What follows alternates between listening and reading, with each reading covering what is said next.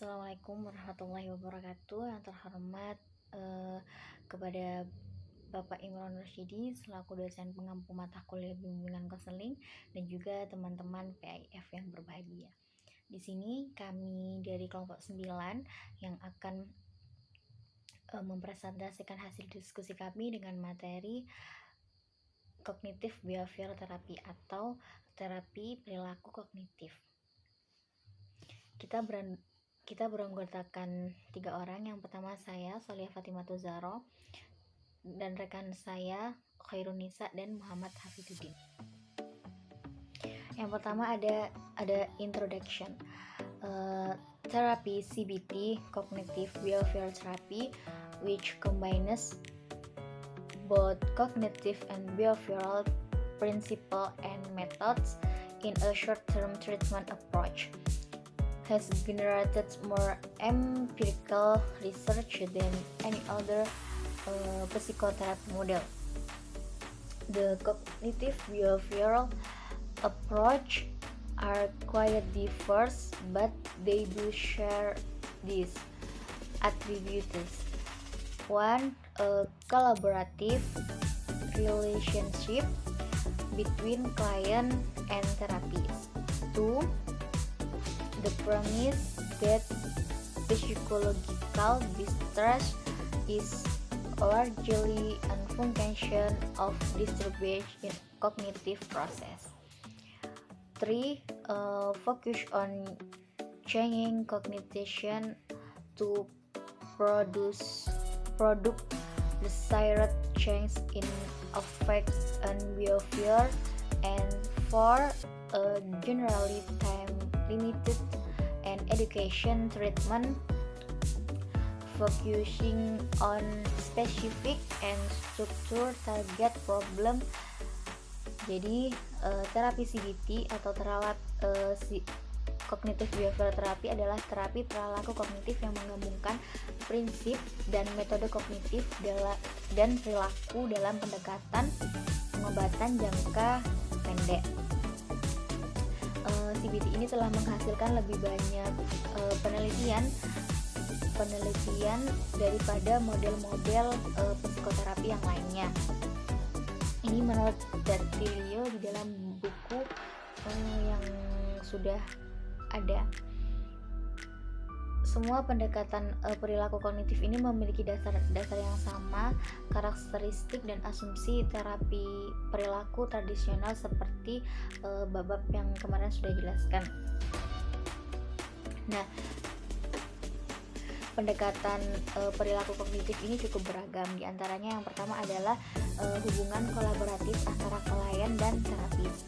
Kedua, ada tekanan psikologis sebagian besar yang merupakan fungsi dari gangguan dalam proses kognitif. Kemudian yang ketiga ada fokus pada perubahan kognisi untuk menghasilkan perubahan yang diinginkan dalam perilaku. Kemudian yang keempat adalah perawatan pendidikan yang umumnya terbatas waktu dan yang mana ini itu berfokus pada masalah target yang lebih spesifik dan terstruktur. Nah, jadi dari beberapa referensi yang sudah saya baca, pada intinya adalah CBT atau Cognitive Behavior Therapy ini atau terapi perilaku kognitif ini adalah teknik modifikasi perilaku dan merubah keyakinan klien, di mana seorang konselor itu membantu klien dengan cara membuang pikiran-pikiran dan keyakinan yang buruk atas apa yang akan terjadi di masa depannya. Kemudian diganti dengan pikiran-pikiran yang lebih baik dan lebih positif lagi untuk merubah pikiran-pikiran yang negatif tadi dengan cara beberapa pendekatan perilaku, yang mana dengan tujuan masalah klien itu bisa terpecahkan dengan baik. Yang kedua, Albert Ellis. Albert Ellis view that emotional disturbance is the result of a person perception and attitude towards an event that causes a person to think irrationally and logically about the things he faces. Theory rational emotive behavior therapy say that emotional disorders will cause a person to be indifferent to the surrounding environment. Jadi Albert Ellis itu memandang bahwa gangguan emosional merupakan hasil dari persepsi dan sikap seseorang terhadap sesuatu peristiwa. Nah, hal ini itu menyebabkan seseorang itu menjadi berpikir irasional dan tidak logis akan hal-hal yang akan dihadapinya. Jadi teori rational emotive behavior atau bisa disingkat dengan REBT yang dipandang oleh Albert Ellis itu mengatakan bahwa emosional itu menyebabkan seseorang itu menjadi acuh tak acuh dalam lingkungan sekitar. REBT ini adalah pendekatan yang dikembangkan oleh Albert Ellis itu pada tahun 1950-an, yang mana pendekatan REBT ini menekankan pada pentingnya peran pikiran pada tingkah laku. Jadi REBT ini merupakan pendekatan kognitif behavioral. Pendekatan ini itu merupakan pengembangan dari pendekatan behavioral dalam proses konselingnya. REBT ini berfokus pada tingkah laku individu, akan tetapi REBT ini juga menekankan bahwa tingkah laku yang bermasalah itu disebabkan oleh pemikiran-pemikiran irasional atau tidak logis, sehingga fokus penanganannya itu pada pemikiran individu. Jadi REBT ini adalah suatu pendekatan behavioral yang mana meluruskan pikiran-pikiran yang irasional seperti itu. Ini dikembangkan oleh Albert Ellis pada tahun 1950-an. Kemudian selanjutnya ada key konsep. Yang pertama ada view of human nature, ada view emosional, dan ABC framework. View of human nature. Jadi theory rational emotive behavior therapy say that emotional disorders will cause a person to be indifferent to the surrounding environment. People have predisposition for self-preservation, happiness, thinking and verbalizing, loving, communion with others, and growth and self-actualization. Jadi orang-orang itu memiliki kecenderungan untuk mempertahankan diri, kebahagiaan, berpikir, dan verbalisasi, mencintai dan atau pertumbuhan-pertumbuhan yang lainnya. Tapi di sisi lain mereka itu juga mempunyai memiliki kecenderungan untuk penghancuran diri, penghindaran pemikiran, penundaan, pengulangan, dan kesalahan tanpa akhir, mengulangi kesalahan tanpa akhir, perfeksionis, dan menyalahkan diri sendiri.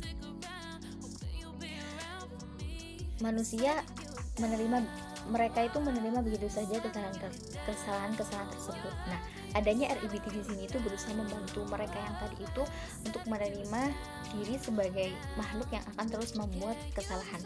Namun pada saat yang sama, pada saat dia juga melakukan kesalahan itu, tapi dia juga bisa berdamai dengan masalah-masalah atau kesalahan-kesalahan tersebut.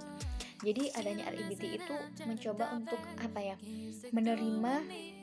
menerima kesalahan kita gitu.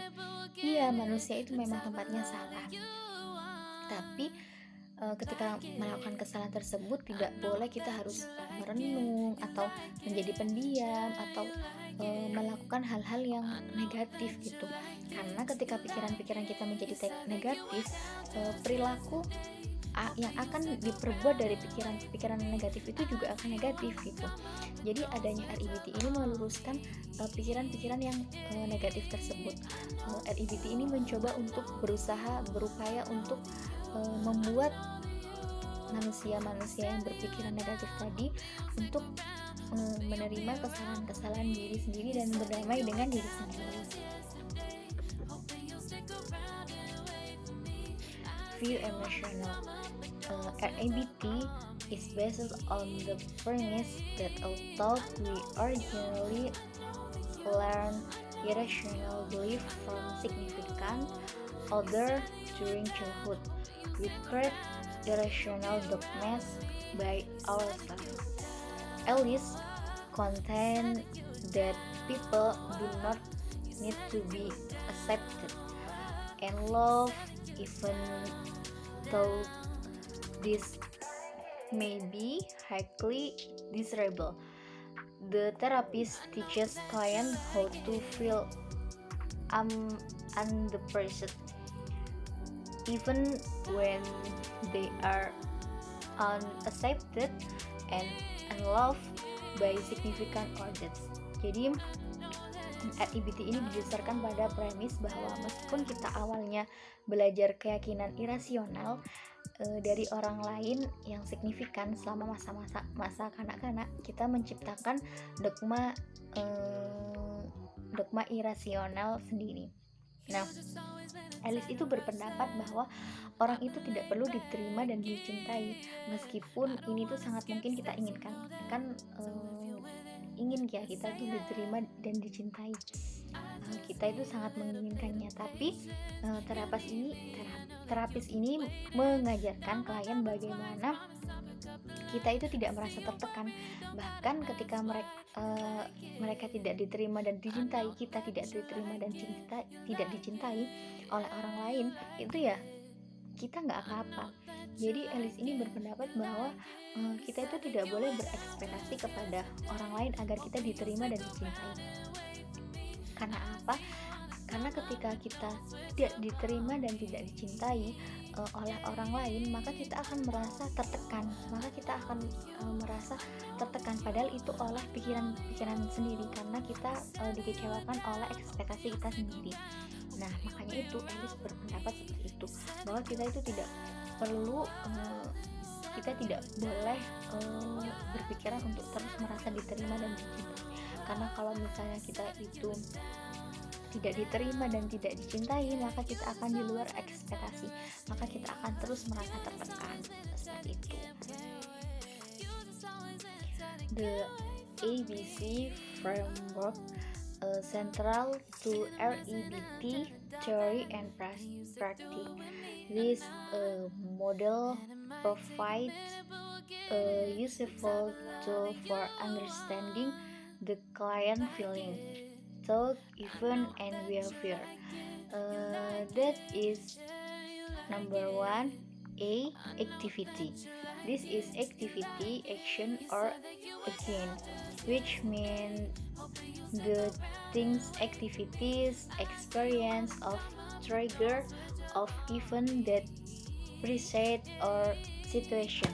That activities isn't event or other thing that happen outside or around an individual who is thought to be the source of cause and unhappiness.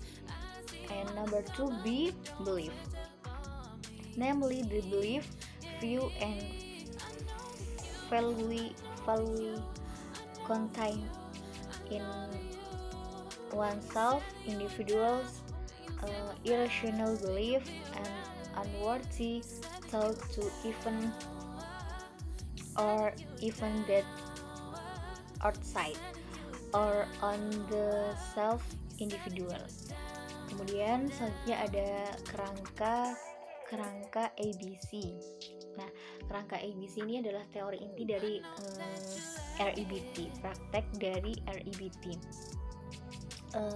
Kerangka ini adalah menyediakan alat yang berguna untuk memahami perasaan, pikiran, peristiwa, dan perilaku klien.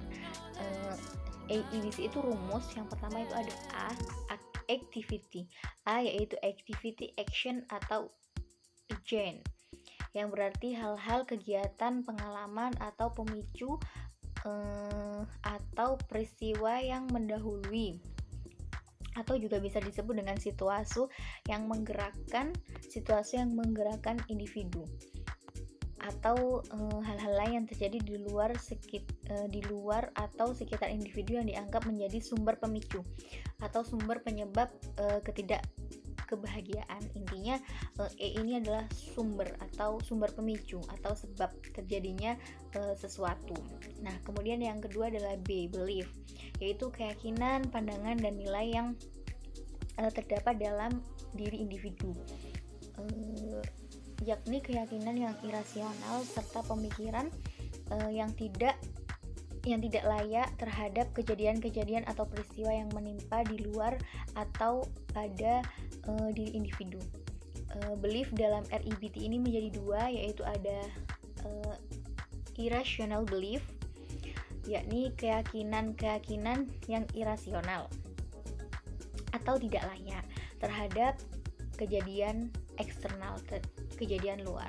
Yang kedua adalah RB atau rational belief, yakni keyakinan yang rasional. Berarti keyakinan yang logis yang mendukung terjadinya kejadian tersebut. Nah, di mana keduanya ini saling berkaitan antara kedua belief ini tadi ya. Keduanya itu saling berkaitan di mana proses terjadinya di dalam diri individu, yakni apa yang ia katakan atau yang ia yakini itu berhubungan dengan activity secara terus-menerus yang akan sangat berdampak pada dirinya. Nah, berdasarkan uraian itu, penulis itu menyimpulkan bahwa dari beberapa referensi yang saya baca, bahwa kemudian selanjutnya ada C, consequences or emotional reaction person as a result of individual reaction in the form of feeling of pleasure, sad, or obstacle. The fruit from. Yang selanjutnya ada belief for individual belief, again activity event. Kemudian ada D atau disputing, irrational belief found in conflicting individual and refute what was taught. Rational and irrational belief in the individual about the event or experience that activating belief system, they will contradict each other and believe the rational is actively faced with rejecting irrational belief that contained in the individual consequences. Jadi consequences itu suatu konsekuensi atau reaksi emosional seseorang sebagai akibat atau reaksi individual dalam bentuk perasaan senang, sedih, atau yang lainnya. Nah, konsekuensi itu berasal dari B atau belief tadi, keyakinan individu terhadap A, activity atau peristiwa terjadinya sesuatu. Nah, sedangkan D, dispute atau bisa disebut dengan irrational belief, ialah keyakinan irasional yang terdapat dalam diri individu yang saling bertentangan dengan apa yang menentang apa yang dipikirkan keyakinan yang rasional dalam diri individu tentang peristiwa itu, tentang pengalaman. pengalaman itu. Nah, keyakinan yang irasional itu yang terdapat dalam diri individu itu mengalami D disebut atau disebut D itu disebut irasional belief, ialah keyakinan-keyakinan irasional yang terdapat dalam diri individu yang saling bertentangan dan membantah dengan apa yang dipikirkan. Nah, keyakinan rasional dan irasional dalam diri seseorang itu tentang peristiwa yang terjadi atau pengalaman-pengalaman itu mengaktifkan sistem keyakinan mereka, sehingga mereka itu saling bertentangan, dan keyakinan yang rasional itu yang bertugas secara aktif untuk menolak keyakinan yang irasional yang terdapat dalam diri individu. Seperti itu. Selanjutnya akan dijelaskan oleh Bismillahirrahmanirrahim. Assalamualaikum warahmatullahi wabarakatuh. Di sini saya akan melanjutkan pembahasan materi terkait dengan proses terapi therapeutic goals. According to Ellis, we have a strong tendency not only to our action and treatment such as good or evil. Artinya di sini yaitu menurut Ellis, kita mempunyai tendensi bukan hanya pada tindakan dan perlakuan kita seperti baik atau jahat, layak atau tidak layak, tapi juga kita menilai diri sendiri sebagai manusia yang seutuhnya. Jadi proses terapi itu tujuannya yaitu untuk menilai diri sendiri sebagai manusia seutuhnya. Yang selanjutnya yaitu tentang fungsi terapi, therapist, functional, and role. The therapist has specific tasks, and the first step is to show clients how they have completed many irrational thoughts and moods. Fungsi terapis ini mempunyai tugas spesifik. Pada langkah pertama adalah menunjukkan bagaimana mereka telah memasukkan banyak hal yang tidak rasional sebaiknya, seharusnya, dan kewajiban. Yang selanjutnya yaitu tentang hubungan antara terapis dan klien. Relation between therapist and client. Thus, EBT is essentially a cognitive and directive behavioral process and intense relationship between therapist and client is not recurrent. Artinya, yakni EBT pada dasarnya yaitu kognitif dan pengarahan proses perilaku hubungan yang intens antara terapis dan klien yang tidak diperlukan. Jadi hubungan antara terapis dan klien ini sangat erat dan harus seutuhnya harus memiliki hubungan yang sangat erat. Yang selanjutnya yaitu tentang penerapan application cognitive behavior therapy. Application REBT was first developed by Albert Ellis, which was originally known as rational therapy and then has changed to rational emotive therapy. Maksudnya di sini yaitu REBT, teori REBT ini pertama kali dikemukakan oleh Albert Ellis pada tahun 1995 yang dikenal dengan terapi rasional.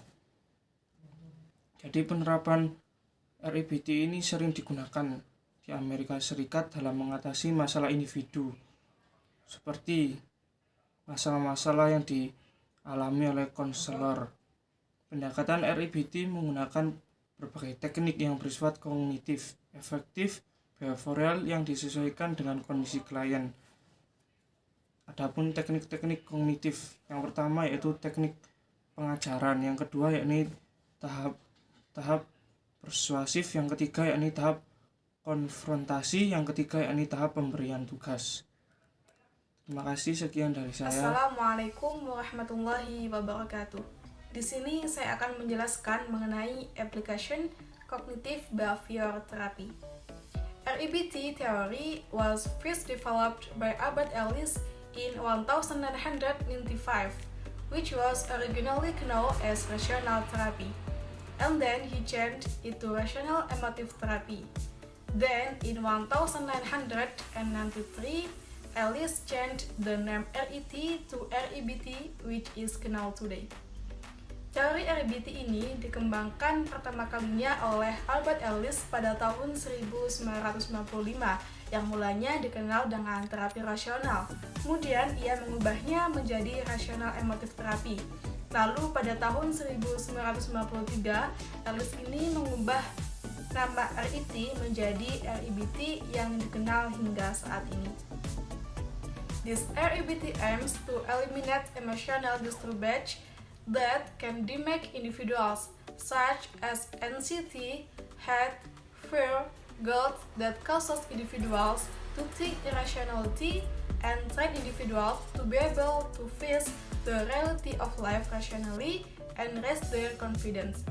Jadi pada REBT ini bertujuan untuk menghilangkan gangguan emosional yang dapat merusak individu seperti cemas, benci, takut, rasa bersalah yang mengakibatkan individu itu memiliki pikiran yang irasional dan melatih individu supaya mampu menghadapi kenyataan hidup secara rasional, kemudian juga untuk membangkitkan rasa kepercayaan diri. The REBT approach uses various cognitive, affective, behavioral techniques that are adapted to the client's condition. The REBT approach technique are as follows: 1. Cognitive technique, 2 emotive technique, and 3 behavioral technique. Jadi pada pendekatan REBT ini menggunakan berbagai teknik yang bersifat kognitif, afektif, behavioral yang disesuaikan dengan kondisi klien. Cognitive technique. Cognitive technique are technique used to change the way client think. This technique has 4 stages. 1. Teaching stage. This stage provides spirit for the counselor to speak and show something to the counselor, especially showing how irrational thinking directly causes emotional disturbance in the client. 2. Persuasive stage. Convincing the client to change his wrong views. Then the counselor also tries to convince various arguments to show what the client thinks is a wrong view. Jadi, teknik kognitif adalah teknik yang digunakan untuk mengubah cara berpikir klien. Nah, teknik ini memiliki 4 tahapan. Di antaranya, yang pertama ada tahap pengajaran. Tahap ini memberikan keluasan kepada konselor untuk berbicara serta menunjukkan sesuatu pada konselor, terutama menunjukkan bagaimana irasional berpikir itu secara langsung menimbulkan gangguan emosi pada klien tersebut. Jadi, emosi pada klien tersebut itu disebabkan dari pikiran irasional dari klien tersebut.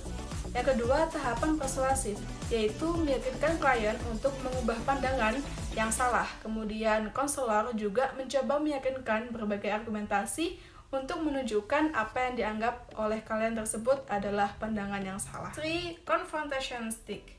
The counselor changes the client's illogical way of thinking and brings the client toward more logical thinking. And 4. Assessment stage. Counselor assigns tasks to client to try to perform certain action in real situation.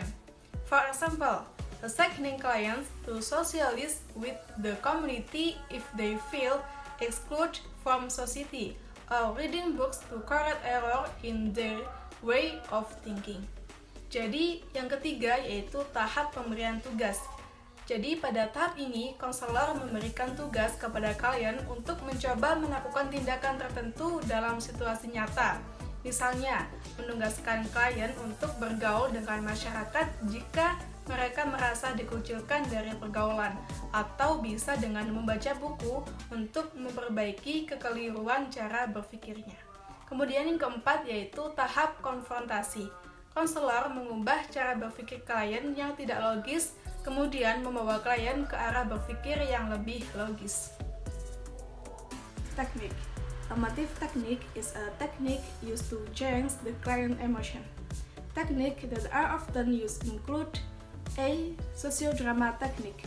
Provide opportunities for client to express various feelings that emphasize the client through a dramatized atmosphere so that client can freely express themselves orally, in writing or through dramatic movements.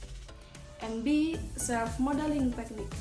This is done by asking the client to make an appointment with the counselor to get rid of the feeling that befell him. Clients are asked to obey and be faithful to their promises. C. Assertive training technique. Used to train, encourage, and familiarize client with certain desired behavior patterns. Selanjutnya yaitu tentang teknik emotif. Teknik emotif merupakan teknik yang digunakan untuk mengubah emosi klien. Teknik ini sering digunakan dengan berbagai cara, di antaranya yaitu yang pertama ada teknik sosiodrama. Teknik ini memberikan peluang kepada klien untuk mengekspresikan berbagai perasaan yang menekankan klien tersebut melalui suasana yang didramatisasikan sehingga klien secara bebas bisa mengungkapkan dirinya sendiri baik melalui lisan, tulisan, atau melalui gerakan yang dramatis. Yang kedua yaitu teknik self-modeling. Teknik ini dilakukan dengan meminta klien berjanji dengan konselor untuk menghilangkan perasaan yang menimpannya. Klien juga diminta untuk taat dan juga setia kepada janjinya. Yang ketiga yaitu teknik assertive training. Teknik ini digunakan untuk melatih, mendorong, dan juga membiasakan klien dengan pola perilaku tertentu yang diinginkannya. Behavioral technique. Rational emotive therapy use many behavioristic techniques, especially in terms of modifying the client's negative behavior by changing the roots of irrational and illogical beliefs. Some of the techniques that are classified as behavioristic are as follows. A. Reinforcement technique. Reinforcement technique, which is to encourage clients toward more rational and logical behavior by giving verbal praise or reward or punishment. This technique is intended to dismantle the value system and irrational beliefs in the client and replace it with a more positive value system. Selanjutnya yaitu teknik behavioristik. Terapi rasional emotif banyak menggunakan teknik behavioristik, terutama dalam hal upaya modifikasi perilaku negatif klien, dengan merubah akar keyakinan yang tidak rasional dan juga tidak logis. Beberapa teknik yang tergolong behavioristik adalah sebagai berikut. Yang pertama ada teknik reinforcement, atau dikenal dengan teknik penguat, yaitu untuk mendorong klien ke arah tingkah laku yang lebih rasional dan logis dengan jalan memberikan pujian verbal atau reward ataupun dengan hukuman. Teknik ini dimaksudkan untuk membongkar sistem nilai-nilai dan keyakinan irasional pada klien dan menggantinya dengan sistem nilai yang lebih positif. Behavioral technique. Rational emotive therapy use many behavioristic techniques, especially in terms of modifying the client's negative behavior by changing the roots of irrational and illogical beliefs. Some of the techniques that are classified as behavioristic are as follows. A. Reinforcement technique. Reinforcement technique, which is to encourage clients toward more rational and logical behavior by giving verbal praise or reward or punishment. This technique is intended to dismantle the value system and irrational beliefs in the client and replace it with a more positive value system. Selanjutnya yaitu teknik behavioristik. Terapi rasional emotif banyak menggunakan teknik behavioristik, terutama dalam hal upaya modifikasi perilaku negatif klien, dengan merubah akar keyakinan yang tidak rasional dan juga tidak logis. Beberapa teknik yang tergolong behavioristik adalah sebagai berikut. Yang pertama ada teknik reinforcement, atau dikenal dengan teknik penguat, yaitu untuk mendorong klien ke arah tingkah laku yang lebih rasional dan logis dengan jalan memberikan pujian verbal atau reward ataupun dengan hukuman. Teknik ini dimaksudkan untuk membongkar sistem nilai-nilai dan keyakinan irasional pada klien dan menggantinya dengan sistem nilai yang lebih positif. Sekian presentasi dari kelompok 9. Kepada teman-teman yang masih bingung dengan materinya, bisa ditanyakan saat perkuliahan dimulai. Terima kasih. Wassalamualaikum warahmatullahi wabarakatuh.